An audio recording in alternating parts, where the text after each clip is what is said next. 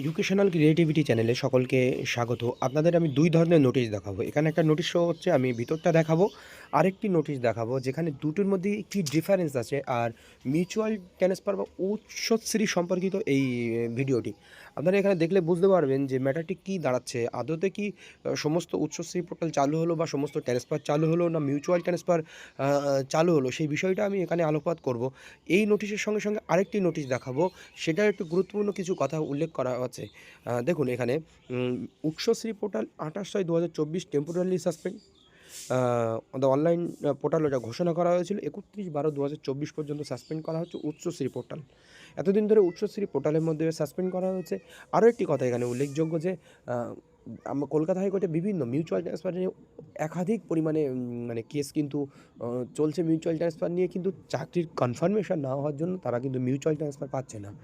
তো এখানে একটা কথা বলা হচ্ছে, এই উৎসশ্রী পোর্টাল আবারও সাসপেনশন করা হলো 30/6/2025 জুলাই মাসের জুন মাসের 30 তারিখ পর্যন্ত আবারও উৎসশ্রী পোর্টাল কিন্তু বন্ধ রাখা হলো, সাসপেনশন করা হলো, এক্সেপ্ট আপনার মিউচুয়াল ট্রান্সফার যারা নিয়েছে বা আবেদন করেছে বা মিউচুয়াল ট্রান্সফারের এক্সেপশনাল কেসগুলোতে মিউচুয়াল ট্রান্সফার করতে পারবে নর্মাল ওয়েতে, কিন্তু উৎসশ্রী পোর্টালের মাধ্যমে নয়। কিন্তু এটা কিন্তু নিয়োগের জন্য এটা হতে পারে, কারণ আপনারা জানেন যে 20-22 রিক্রুটমেন্ট চলছে। এদিকে আপার প্রাইমারি রিক্রুটমেন্ট চলে, আপার প্রাইমারি ক্ষেত্রেও তাই হাই স্কুলগুলোতে। আর এদিকে 20-22 নিয়ে যে প্রাথমিক রিক্রুটমেন্ট প্রসেস কিন্তু এখনও চলছে। এই কারণে এটি হতে পারে। তার কারণটি আপনাদেরকে আমি দেখাচ্ছি, এই কারণে কেন হতে পারে। এই নোটিশটাও ঠিক প্রাথমিকের ক্ষেত্রে প্রযোজ্য। স্কুল এডুকেশন দপ্তর প্রাথমিকের ক্ষেত্রে এই নোটিশটি এসছে, এলিমেন্টারি এডুকেশন ব্রাঞ্চ সেটা। আর আপার প্রাইমারির ক্ষেত্রে আরেকটি নোটিশ আমরা দেখাবো, সেখানে নিয়োগের কথা উল্লেখ করে দেওয়া আছে। এই নোটিশটাও কিন্তু নিয়োগের জন্য, দেখুন ভালো করে।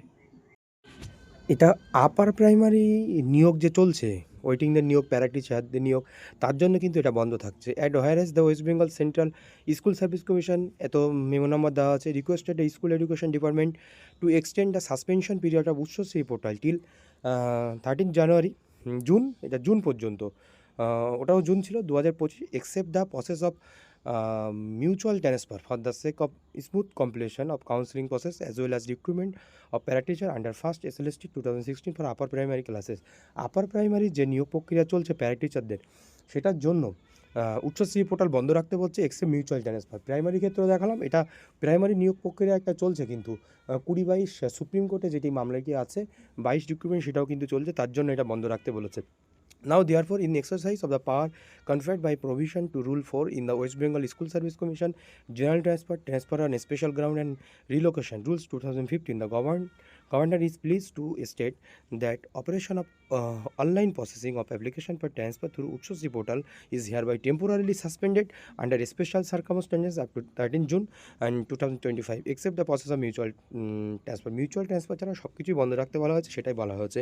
This will take immediate effect. This is issue with the approval of the competent authority of this. Immediate এটা নিয়ে একটা এফেক্ট করা হবে। তাহলে মিউচুয়াল ট্রান্সফার শুধুমাত্র নেওয়া হবে, সেটা বিভিন্নভাবে হতে পারে, অফলাইনের মাধ্যমে হতে পারে, বিভিন্ন আবেদনের বিভিন্নভাবে, কোর্ট কেস মাধ্যমে যেভাবে চলছে মিউচুয়াল ট্রান্সফারটা চলতে থাকবে। শুধু উচ্চশ্রেণীর মাধ্যমে যে সমস্ত transfer, general transfer on special ground and reallocation, সবগুলোই কিন্তু বন্ধ থাকছে।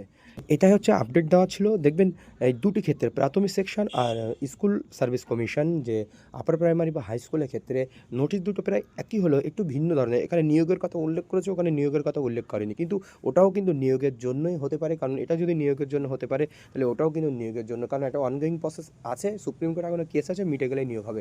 5% অ্যাডিশনাল প্যানেল রিক্রুটমেন্ট চলছে, ওই জন্যই।